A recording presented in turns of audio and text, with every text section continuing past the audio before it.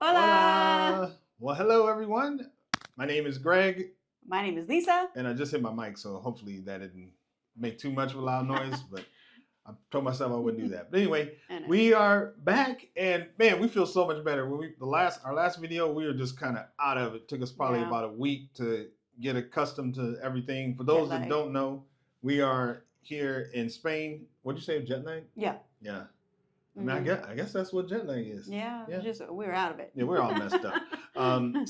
But we are excited because we have a lot to kind of report here today, and we'll try and keep it brief so that way you can stick around and watch the entire video and get everything out of it that we hope that you can. So we want to start. We have two things that we want to do today. We want to just give you an update on our dreaming Spanish journey and how that's going, and also a little bit about what it's been like here in Spain Yeah. and getting the full Spain experience. So first of all, I am at level 4, and I'm at 529 hours, and my goal for each day is about 3 hours. I actually reduced it from 3.5 down to 3, and I actually hit it a couple times this last month, so I'm excited about that. How about you? I am still at level 4. I'm at 534 hours. Yeah. And I did reduce my goal as well. I was doing 170 minutes, which was 2 hours and 40 minutes. And I reduced it down to 130 minutes, which is 2 hours and 10 minutes. Yeah. So, and I've been able to, I started really, I reassessed it. And at the end of February, I think it was February 24th, I reduced it because I just wasn't hitting it. It was just too overwhelming. So around there, I reduced it to 130 minutes, and I made it most of the time. I think I missed a few days of that goal, but that seems a little bit more feasible for Yeah. me. I Hmm. always thought you were doing great. It always seems like Oh, you hit your goal no, every day. No, I know. no. Okay. All right. So let's see. So last month, what we said we were going to work on for this coming month and what we were going to report on, I said I was going to do Dreaming Spanish and Peppa Pig, and I did Dreaming Spanish.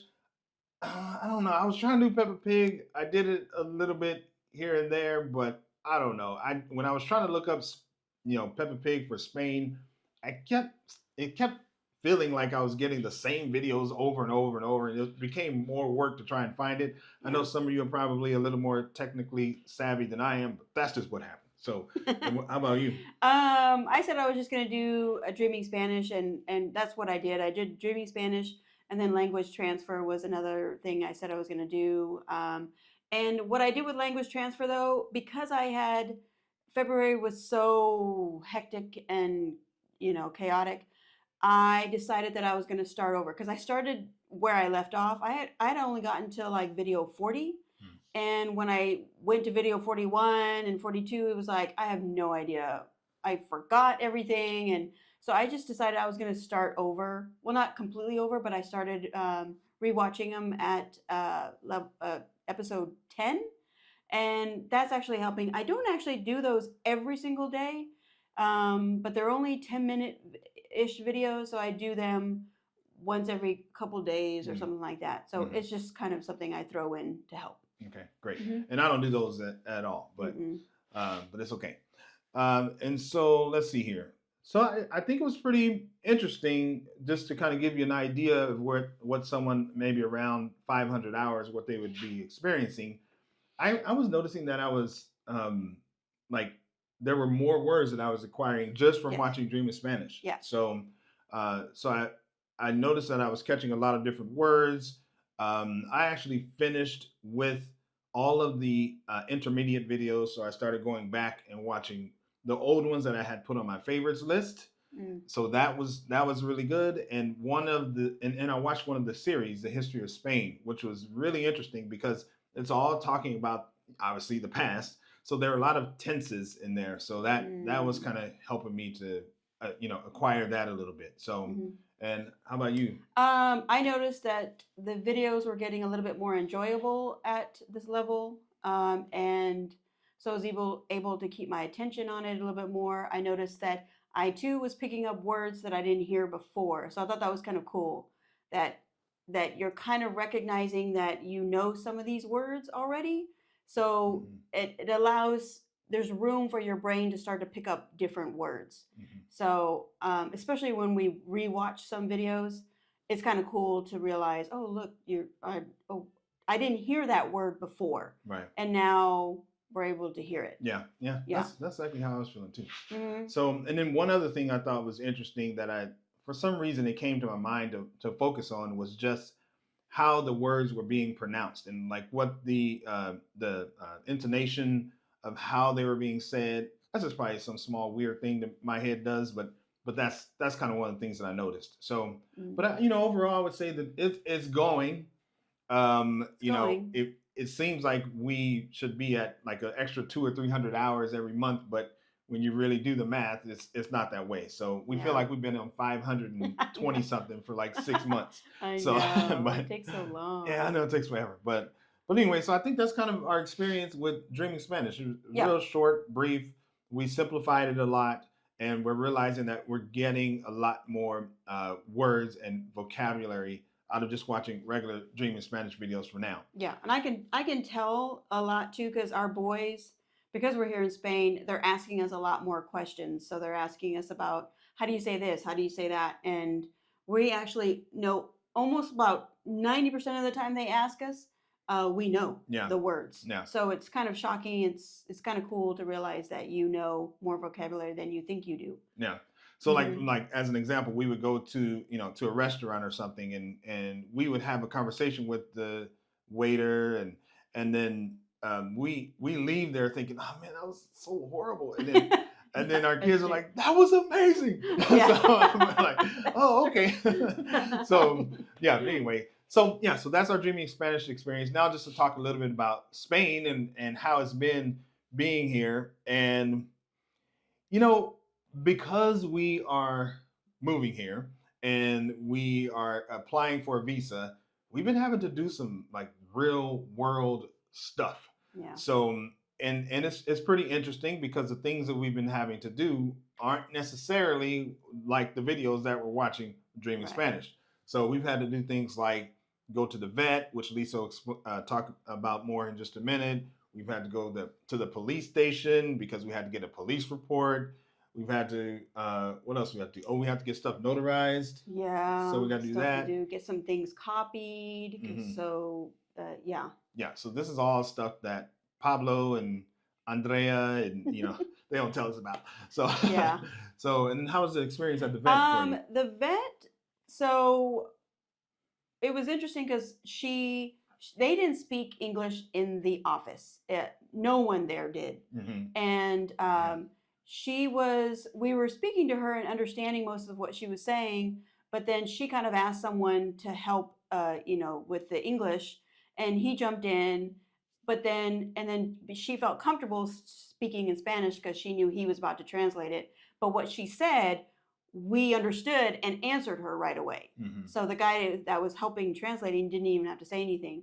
And then we went into her office and we were trying to get a European passport for Yeah. our cat. Hmm. And we went into the office, and at that point, it was just us and her. Yeah. And she knew a little bit of English. And finally, she just asked us, "Can I speak in Spanish?" And we said, "Go for it." And I think it was like intense. It Yeah. was like Yeah. we were just totally focused and almost like you walk out of there exhausted because we were trying so hard to focus on everything she said. Mhm. I think there was only one part in the passport that I think neither one of us understood. We even had her repeat it, and finally we were like, okay. Yeah. Like, oh yeah. Okay, we got it. Got it. No, Got it. we don't got it. So. But it was only one part, and I kind of, when we got out of there and talked about it some more, we kind of realized what she was saying. But that was extremely stressful. Yeah. Yeah. But we got it for the most part. And then we had to go to the police station, Oh. and this was the one of the few times, probably the only time that I actually looked something up. Actually, Lisa looked it up for me on what I needed to say when we went in there. Do you remember what it was? Yeah, it was, and now you're gonna know how we speak, Yeah. how bad it is. Yeah. But we said, and some of you are gonna know this is completely wrong, but we said necesito infirmar Yeah. un informe policial. Yeah. And Lisa, of course, because she's so nice, she was like, You go ahead and say it. So, Yeah. so yeah. So I was like, necesito informe, and I just like turned and looked at her like Yeah, I and was then afraid. So I finished it, and then he literally looked at us and went, yeah, it's yeah, and then at that point, you know, you don't know, we didn't have nothing else to say. We didn't know yeah, what else. yeah, So I just handed him my phone and was like, it's on here, you yeah. know, and he read it and he kind of told us where to go. Right. So, but you know what I will say is that the people here are amazing because they just talk to us like normal, And then one of the other things that, or I should say, they're super helpful. But our experience here has been we're in an area that isn't necessarily, it's more locals live here. There's a school right across the street, and we purposely try not to go into like the city center and places like Mm-hmm. that. So on the weekends when we have time, we actually just go walking, probably hours into the neighborhoods and up the hills and everything. So we have a pretty different experience, and we end up talking with a lot of people Yeah, who, locals. yeah, like they don't necessarily have any backup English that they can kind of help you if you get lost. So, which I think is great. I think it's Yeah. a pretty good experience. So, so I think that's kind of our Spanish experience so Yeah. I far. mean, we are noticing that because the intermediate level is not getting us to understand the local colloquial language. It's just not, because the intermediate level is really just proper Spanish, Right. and that's what Dreaming Spanish is saying. But when we go into the local areas, they're saying, they're talking casually. Right. And I think there was one time where we were walking, and Greg was trying to help a lady, an older lady who had a shopping cart, and she was bringing it down the stairs, and we were trying to help her, and she said, no, no, no, no. And she said something really fast, and we heard the word pollo. And so we were like, why is she talking about chickens? Yeah. so it's like, what does that mean? Yeah. And then I looked it up, and there's a colloquial for Spain. Pollo also means like young woman. So she was, from that conversation, she's probably just saying, no, it's going to keep me young as a young woman if I take it down myself, or, Right. something like Right. that. So, Right. but we were like, didn't get it. Yeah. Pablo doesn't talk about pollo, Yeah, in right. the Spain. I think I videos. have heard it a couple times, but yeah. But anyway, I didn't know what it was. Mhm. So okay, so all right, so we appreciate you sticking with us so far. So a couple of things here. So a quick tip. I don't know if you knew this, but on the Dreaming Spanish homepage, and we'll put a link to this, there is an FAQ section which has like 20 different topics. I mean, you can probably read that thing for 3 or 4 hours. It has things like, let me see, I wrote down a couple things like how to watch Dream in Spanish videos, learning vocabulary, how you can practice speaking, when you should start reading. So I did not know that was there until this morning. So yeah, I didn't either. So I'm definitely going to be making use of that. So that's just a quick tip that you can thank us for if you like. But, yeah, or you don't have to. That's my own issue. And then also we're coming up on level 5. And once we hit level 5, we're going to start reading. I know I am. Yeah. Are you? Yeah. Okay. I'm gonna start reading. Okay. So, and I keep doing this. Why am I covering up the mic? Okay. Anyway, but so if you have any recommendations on good beginner books, because that's what we'll need, please put those in the comments below, so we can just start building up our list, because we want to hit the ground running once that happens, and then we have some recommendations. Or what are we gonna do next? What are we? Oh yeah, that's good. Yeah. Yeah, thanks. Okay. Yeah. So all right, great. So in the month coming up, we have a plan of what we're going to do. Yeah. Do you know yours is? Yeah. It's just continuing what I'm doing. Okay, great. It's just watching, because I still have a lot of intermediate videos still left. Yeah. But watching intermediate videos, rewatching videos, because I like the idea of it. It's motivating to hear them, watch the same videos you've already watched, but this time hear different words. So that, continuing with language transfer, I don't do that every day.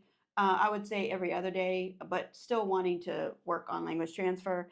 And then I may introduce again Espanol con Juan, because he throws in a lot of colloquial language and tells you the difference and stuff like that. So so I'm going to add him in there a few times. I'm glad you said that because I would have been so mad if we finished this Yeah. video and I didn't say what I was gonna do. But I'm gonna continue doing Dreaming Spanish, just going back and watching old intermediate videos because I'm not going to start watching the advanced videos until I get to level 5. And I'm also going to start Hello Talk. So, and that's an app. I got it from one of Pablo's videos, which is actually, I think, one of my video recommendations. And it's just a method of cross talking. So we're here in Spain. I'm just going to force myself to start talking with people and see how that goes. I mean, I hear a lot of great things about the app. I've had the app for a long time. I just never used it.